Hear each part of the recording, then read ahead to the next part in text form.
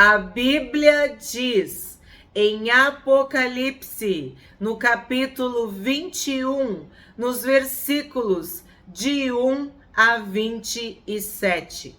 E vi novo céu e nova terra, pois o primeiro céu e a primeira terra passaram, e o mar já não existe. Nós temos agora uma nova criação, um novo céu e uma nova terra. A morte e o inferno já foram lançados no lago de fogo. Nós vencemos, a igreja venceu, o Cordeiro venceu. Após a vitória contra o último inimigo, porque a Bíblia diz que a morte é o nosso último inimigo. E como a morte e o inferno já foram lançados no lago de fogo, Deus vai criar um céu e uma nova terra. Um novo céu e uma nova terra. E é isso que o apóstolo João está descrevendo neste primeiro versículo do capítulo 21. É João que está dizendo: eu vi um novo céu e uma nova terra, pois o primeiro céu e a primeira terra passaram e o mar já não existe. Temos que lembrar desta promessa que nós estudamos aqui no canal, tem vídeo, quando estudamos em 2 Pedro, no capítulo 3, verso 13.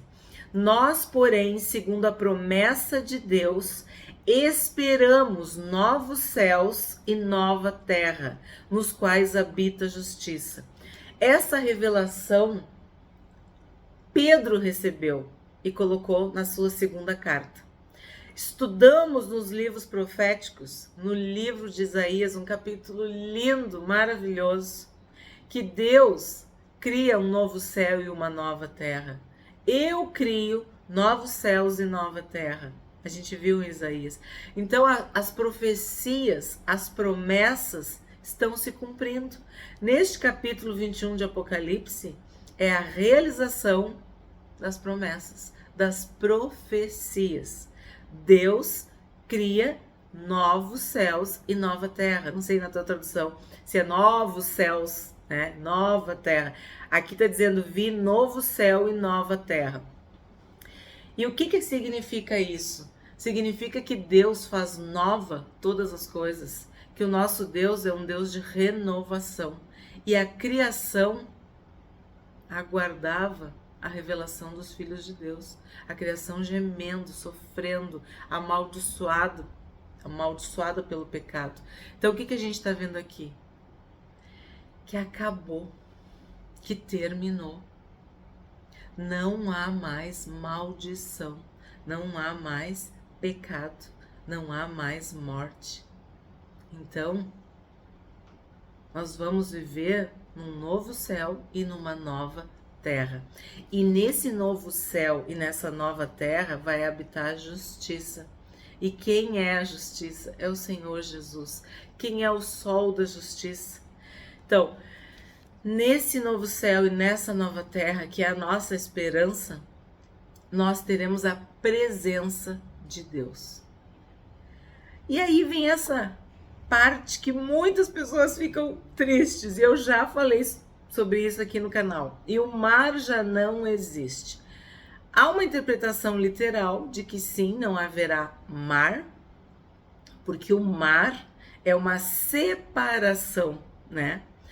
Vimos que a besta emergiu do mar. Então, o mar tem toda uma simbologia de morte, de perigo, de violência, agressividade. Claro, para nós também é uma coisa boa, é criação de Deus, é bênção.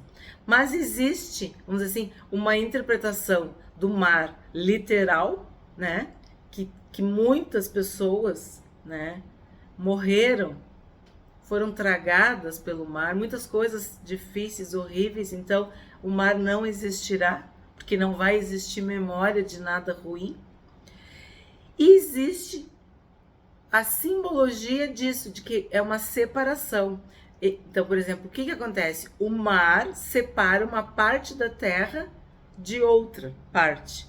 Então, como não vai mais haver separação, nós seremos unidos para sempre com Deus, o mar já não existe. Então, eu não sei, eu só sei que o que importa é que vai ter novos céus, nova terra e que nós estaremos para sempre na presença do Senhor.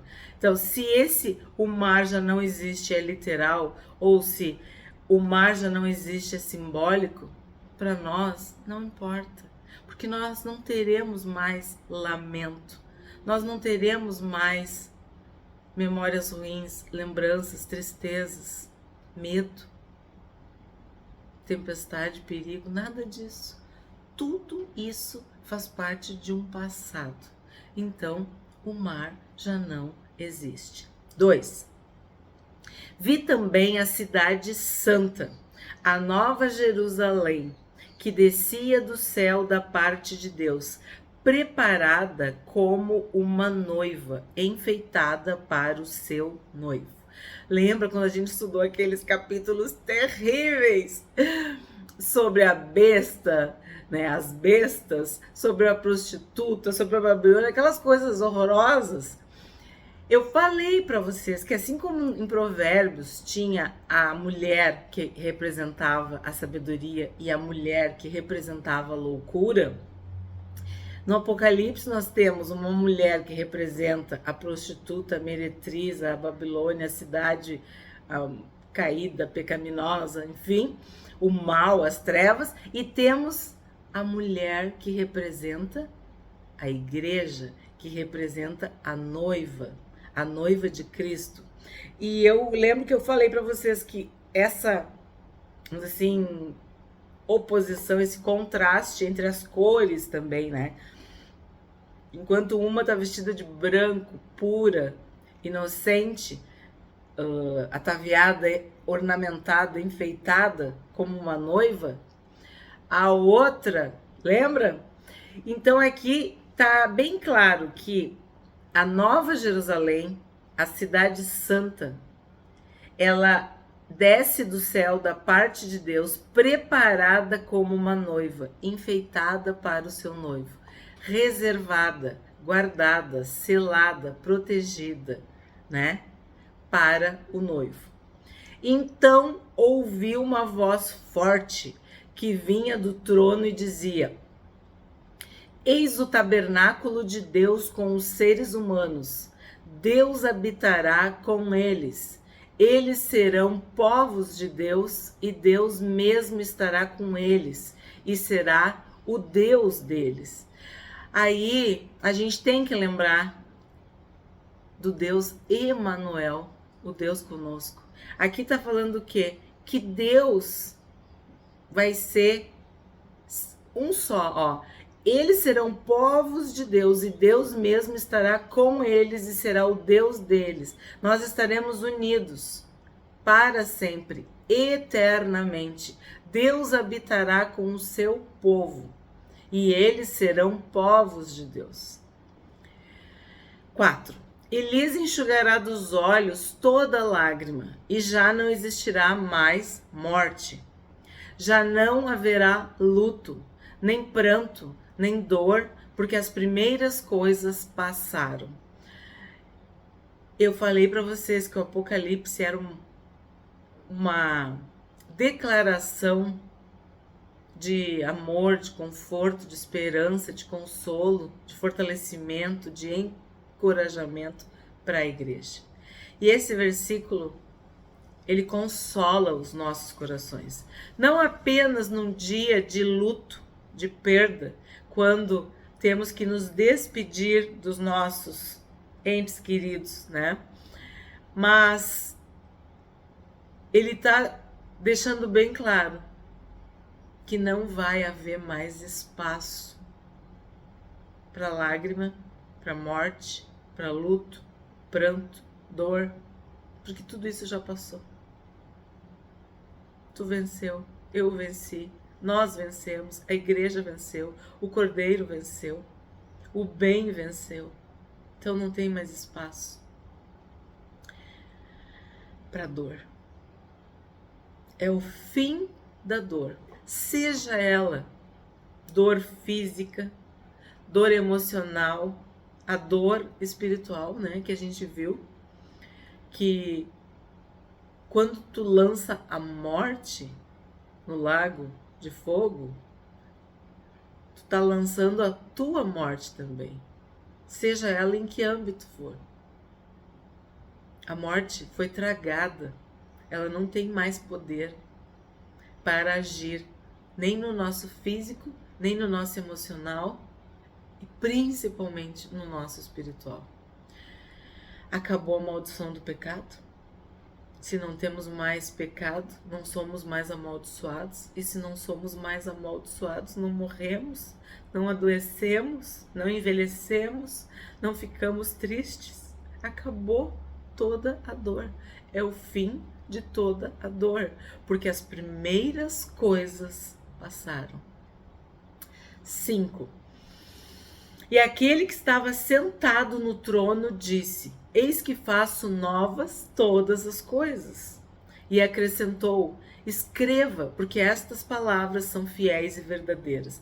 Então, lembra daquela vez que ele disse: Não pode escrever as revelações? Agora está sendo dito: Escreva. E está no imperativo, né? É uma ordem. E foi exatamente o que o João fez. Ele escreveu, ele registrou. E agora, hoje, 2024, nós estamos lendo essas palavras e podemos confiar que elas são fiéis e verdadeiras. 6. Disse-me ainda: tudo está feito. Eu sou o Alfa e o Ômega, o princípio e o fim. Eu, a quem tem sede, darei de graça da fonte da água da vida. O vencedor herdará estas coisas, e eu serei o Deus dele, e ele será o meu filho. Então, aqui está falando da eternidade de Deus. Apocalipse começou assim. Deus é o Alfa e o Ômega, mas Jesus é o Alfa e o Ômega. Porque Jesus é Deus, Jesus é filho de Deus. Quem tem o Pai tem o Filho. Então nós começamos o Apocalipse falando sobre o Alfa e o Ômega, o princípio e o fim. O que isso simboliza? A eternidade. A morte não tem mais poder. Nós estamos livres. E aqui fala que quem tem sede vai ganhar de graça a fonte da água da vida. Nós seremos saciados, dessedentados. Essa é a promessa de Deus. O vencedor herdará essas coisas. O Cordeiro venceu e nós que estamos com ele também vencemos e venceremos. Agora vem o verso 8.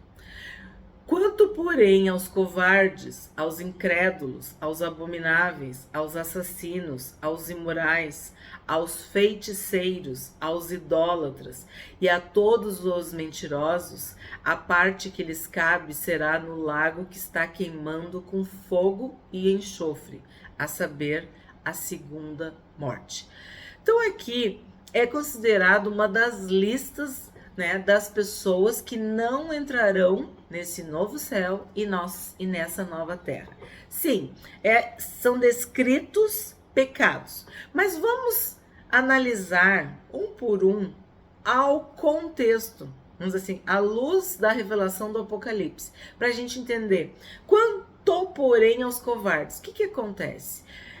Vai ter muitos momentos de dor, de perseguição, de prisão, de privação, em que pessoas terão que ser fortes e corajosas, e outros vão ser tímidos, medrosos, covardes, vão se esconder, vão fugir, vão negar o Cordeiro.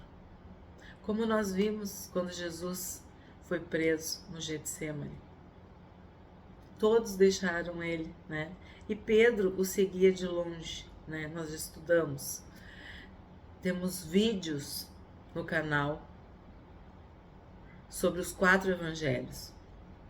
Então, aqueles que negarem a Cristo diante de poderosos ou diante da própria morte, são esses covardes, esses medrosos, tímidos, que às vezes as pessoas pensam, quanto porém aos covardes. Tem pessoas que são mais inseguras do ponto de vista emocional. Mas tu tem que entender esse versículo aqui, não sobre personalidade, não sobre fragilidade, não. É fé, é compromisso. É aquele que está com Cristo. Então aqui está dizendo que quem for covarde, quem negar a Cristo, quem não tiver coragem. Aos incrédulos, quantos nos nossos dias não creem? Não creem na Bíblia? Não creem no Senhor Jesus? Não creem que Ele existiu? Ou outros creem que Ele existiu, mas dizem que Ele era um homem comum, né? Não creem que Ele é Deus, o Filho de Deus. E outros também não creem que Ele vai voltar. Não creem em nada disso. Então, são incrédulos. Mesmo ao receber o evangelho, né, o evangelismo, a pregação, as boas novas, são incrédulos. Não acreditam. Não acreditam em Deus, não acreditam em Jesus, não acreditam na Bíblia. E vivem a vida assim. Só que o que a Bíblia diz? Que todo joelho se dobrará e toda língua confessará. Só que aí vai ser tarde demais. Assim como Esaú, lembra? Quando Esaú se deu conta do que ele tinha feito, vendido a primogenitura, aberto mão da bênção. A Bíblia diz que ele buscou com lágrimas, mas não cabia mais o arrependimento, ele não conseguiu. Então muitos incrédulos, quando virem, vai ser tarde demais, porque passaram uma vida, uma existência duvidando. Aos abomináveis, nós vimos, estudamos aqui no Apocalipse as abominações, as blasfêmias,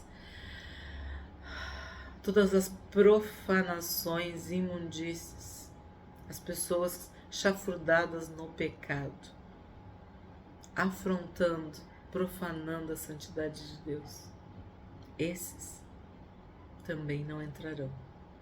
Assassinos, aqueles que terão prazer de derramar o sangue dos santos, também vimos.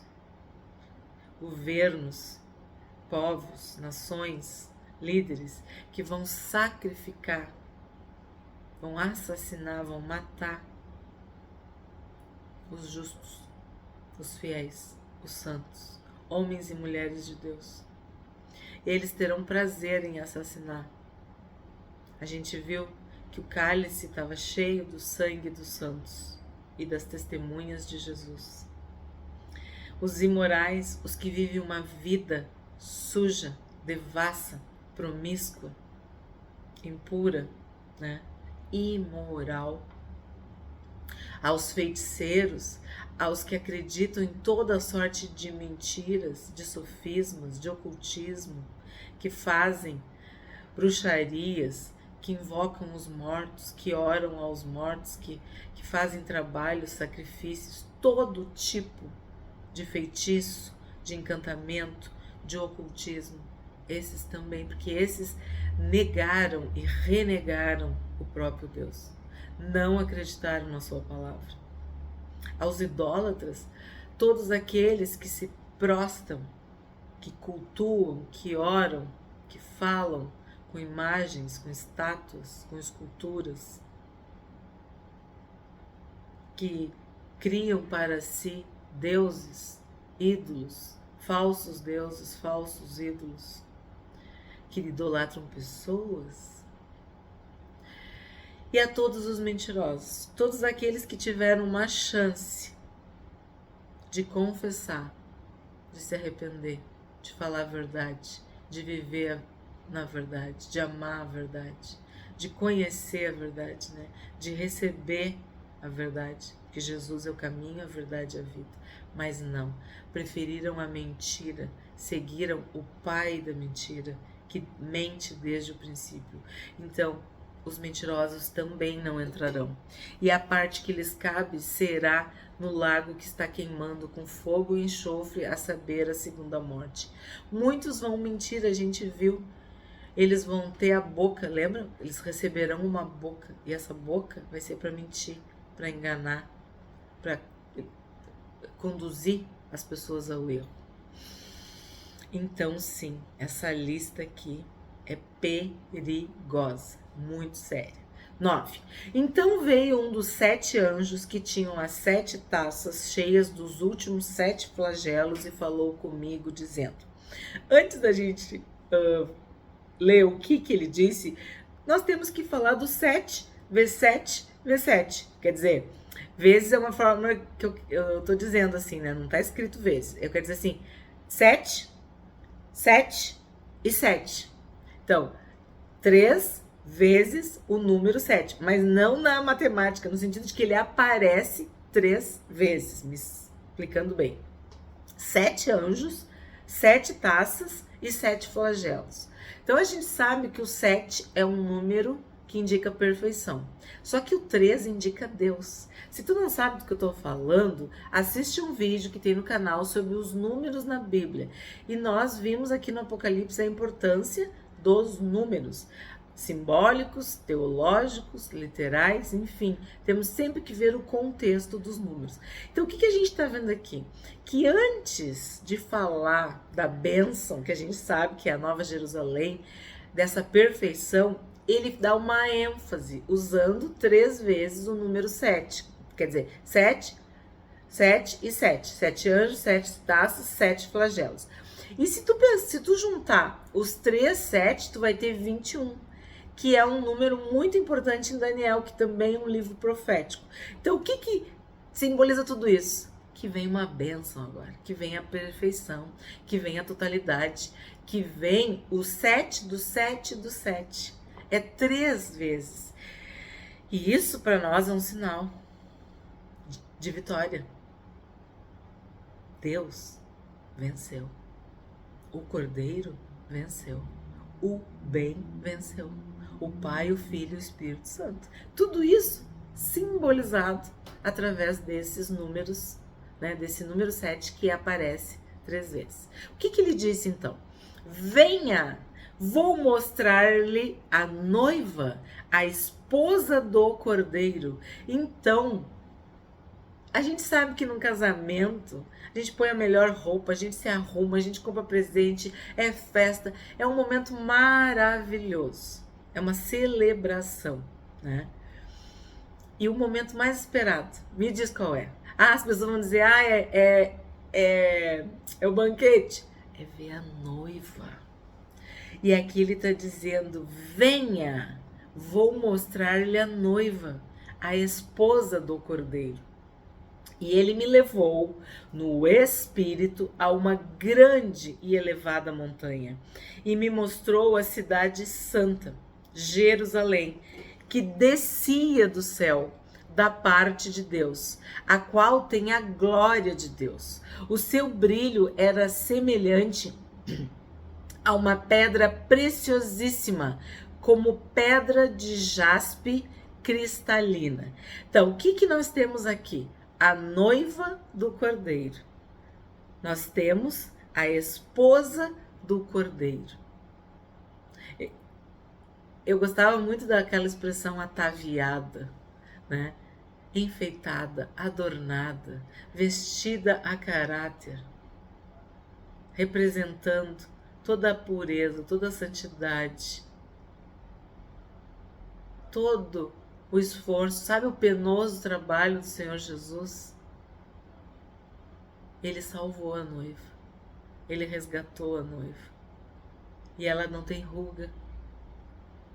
As suas vestes são brancas, resplandecentes, de linho finíssimo. E aqui está falando do brilho que era semelhante a uma pedra preciosíssima. Tinha uma muralha grande e alta, com 12 portões, e junto aos portões 12 anjos. Sob os portões estavam escritos nomes, a saber, os nomes das 12 tribos dos filhos de Israel. Então, a noiva do Cordeiro, a esposa do Cordeiro, a Nova Jerusalém, a Santa Jerusalém, a Cidade Santa, gloriosa, todas essas palavras para indicar a majestade, a grandiosidade, a santidade, a perfeição, o cumprimento de tudo isso.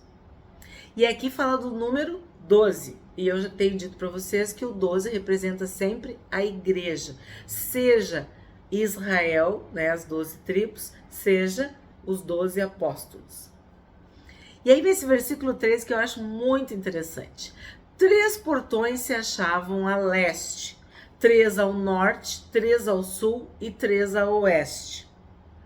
Se tu fizer no papel norte, sul, leste, oeste, colocando 3, 3, 3, 3, tu vai ter 12. E tu vai ter uma cruz. Tu vai ter um sinal de mais, né? Se quiser dizer, ou uma cruz. Então, é a igreja. São os santos. São os fiéis. São os justos. São as testemunhas.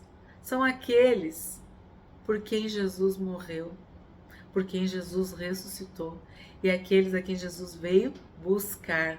Então, 3 portões se achavam a leste, 3 ao norte, 3 ao sul e 3 a oeste. A muralha da cidade tinha 12 fundamentos e sobre estes estavam os 12 nomes dos 12 apóstolos do Cordeiro. Então, se eu junto os 12 apóstolos com as 12 tribos, eu tenho a Bíblia completa.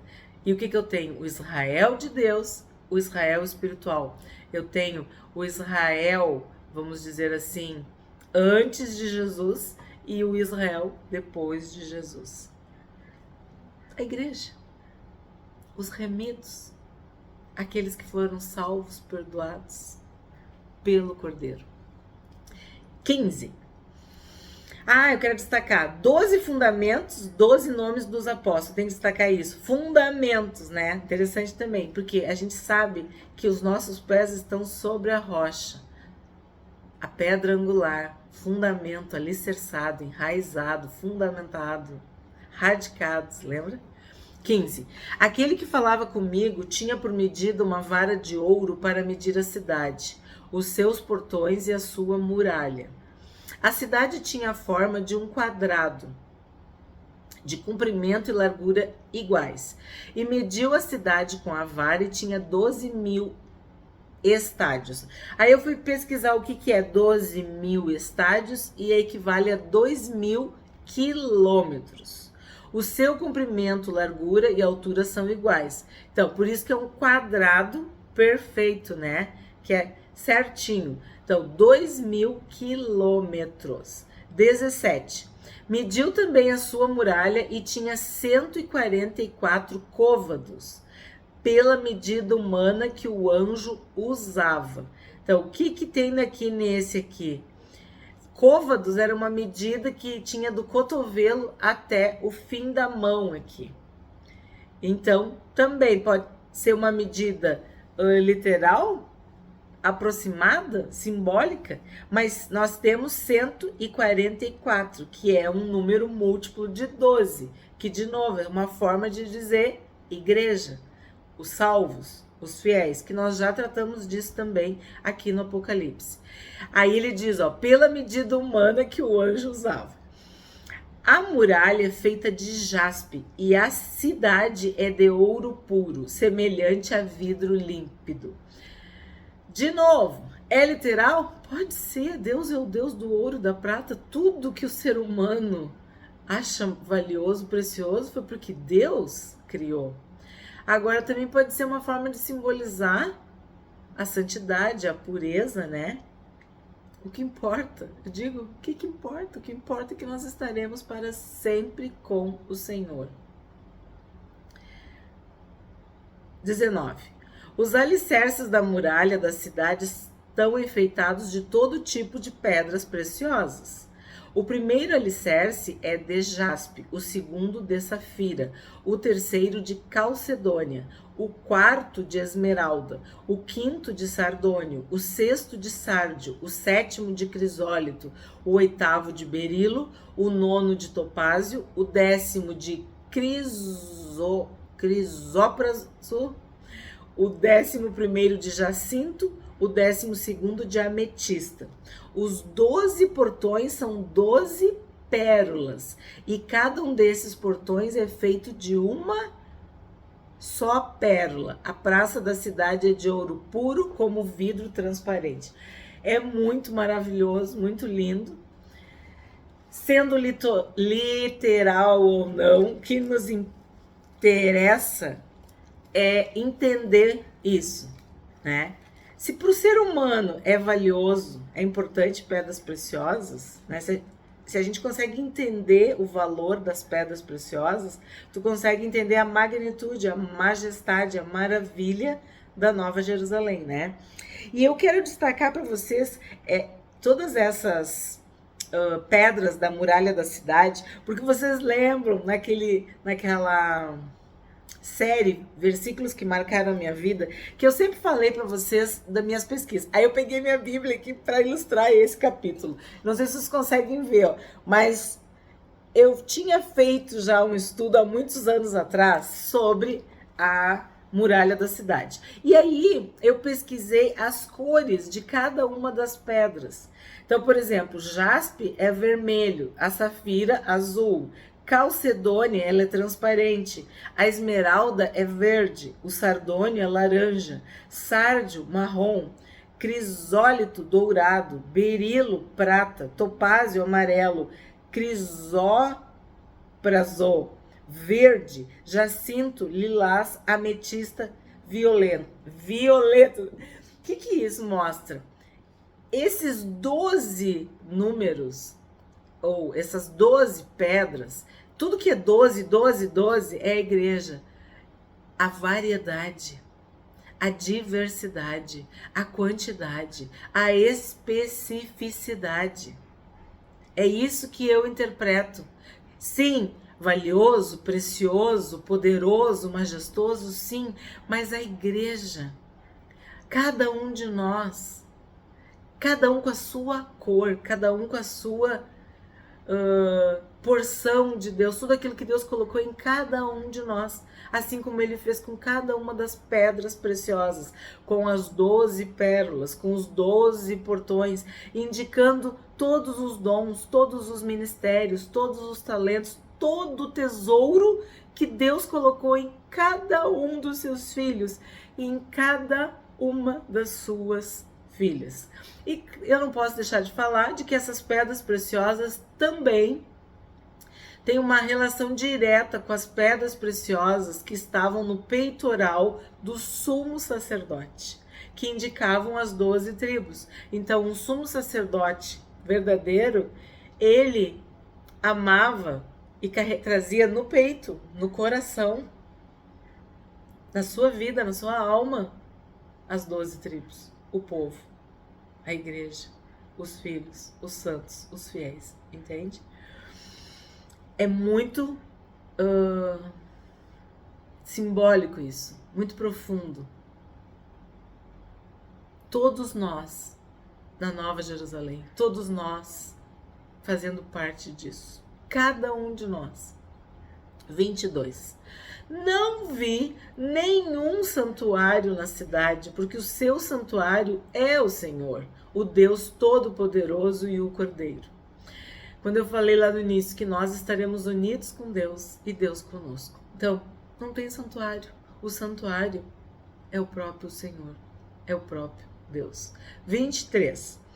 A cidade não precisa do sol nem da lua para lhe dar claridade, pois a glória de Deus a ilumina e o Cordeiro é a sua lâmpada.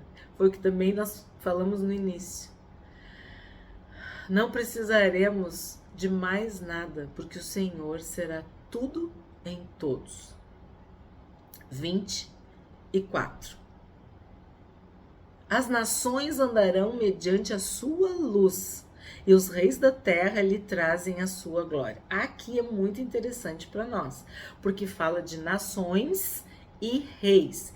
Então, isso me lembra o que a gente estudou nos livros proféticos, que Deus proclamava sentença, julgamento, juízo contra pessoas, mas também contra povos, contra nações, contra países, contra reis. E aqui está bem claro que as nações andarão mediante a sua luz e os reis da terra lhe trazem a sua glória. Então, há o individual, sim, mas também há o coletivo. Nós sabemos que há nações rebeldes, há nações que fizeram mal contra a igreja, que perseguiram. A igreja sofredora, ela agoniza nessas nações, diante desses povos, desses reis, desses impérios, desses líderes, dessas pessoas rebeldes que se rebelaram contra Deus de uma forma pública, aberta, notória. Então, como vimos nos livros proféticos, Deus vai julgar também nações rebeldes, nações incrédulas, malignas, mas vai ter nações que vão andar de acordo com a luz do Cordeiro. O Cordeiro é a sua lâmpada. A glória de Deus ilumina. Então, nações que obedecerão, que ficarão do lado de Deus, com Deus. E reis da terra que também se posicionarão com Deus. As nações andarão mediante a sua luz e os reis da terra lhe trazem a sua glória. E isso é muito interessante porque essa conotação individual e também coletiva que a Bíblia apresenta desde o Gênesis até o Apocalipse nos faz refletir sobre isso. Porque toda autoridade vem de Deus, mas sabemos que há reis, né, tronos, governos, líderes que se rebelam contra Deus e que fazem com que um povo inteiro se perca muitas vezes. Vimos também isso na Bíblia quando estudamos os reis, né? Que o rei pecava, o juiz pecava, o profeta pecava, o sacerdote e o povo também. E aí eu me lembrei de uma coisa, ainda nesse assunto, sobre o individual e o coletivo. Que, por exemplo, lembra da multiplicação dos pães? Cada um comeu, né? Todos comeram, todos se fartaram, todos receberam, ao ponto de sobrar. Mas em Marcos tem uma observação que Jesus manda eles se assentarem, né, na grama, na relva, ali no campo, em grupos de 50 e de 100. E eu sempre fiquei pensando sobre isso. Porque se era para cada um comer, por que tinha que ter um grupo de 50 e ter um grupo de 100? Aí, quando tu vai procurar a referência, tu vai lá para Jetro, quando Jetro aconselhou Moisés, que Moisés estava sobrecarregado. E aí, ele aconselha a Moisés organizar o povo a partir de homens fiéis, que amam a verdade, que pudessem controlar, liderar, né? Conduzir 1.150 e 10. Então, de novo, e tem muitos exemplos, mas eu destaquei esses dois, de que Deus, ele é um Deus que fala contigo no individual, mas ele fala com a tua família individual. Ele fala com a tua igreja, de uma forma individual, coletiva. Tu consegue entender o que eu tô querendo dizer? Tu é uma pessoa, ele fala contigo, ele fala comigo, mas eu faço parte de uma família e Deus vê essa família. Então, vamos dizer 10 ou 50. Aí a tua igreja, 100, eu tô dando exemplos, né? 1.000.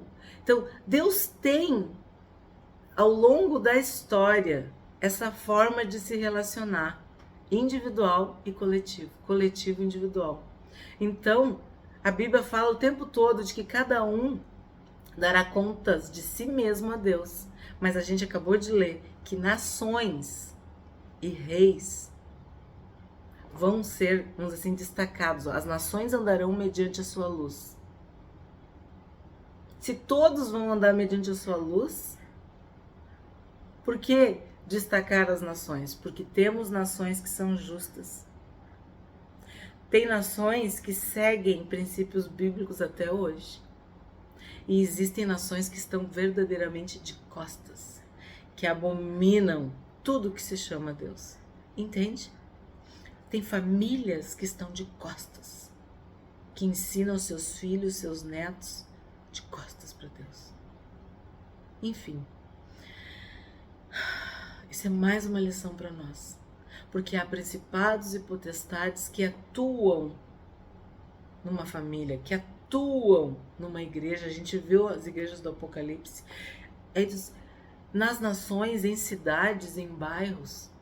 Então nós devemos pregar o evangelho para pessoas, claro, mas Jesus dirigiu-se a cidades, lembram? Censurando, repreendendo cidades, povos, nações. Então nós não podemos esquecer esse caráter que teremos. Isso a gente viu nos livros proféticos, quando Deus começou a mandar sentença para as nações vizinhas, para os reis, para os povos, tudo. A gente estudou, tem vídeo no canal também sobre isso. E aí tu pensa, mas eu estava lá e nem estava sabendo.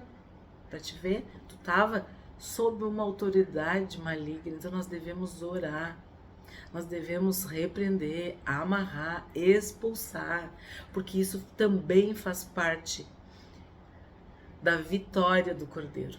Isso também faz parte do plano de Deus. E aqui neste versículo está muito claro isso, de que tem nações rebeldes e tem nações obedientes, piedosas. Aqui no Brasil a gente vê, tem estados que são abençoados. Enfim, isso é muito importante, devemos orar.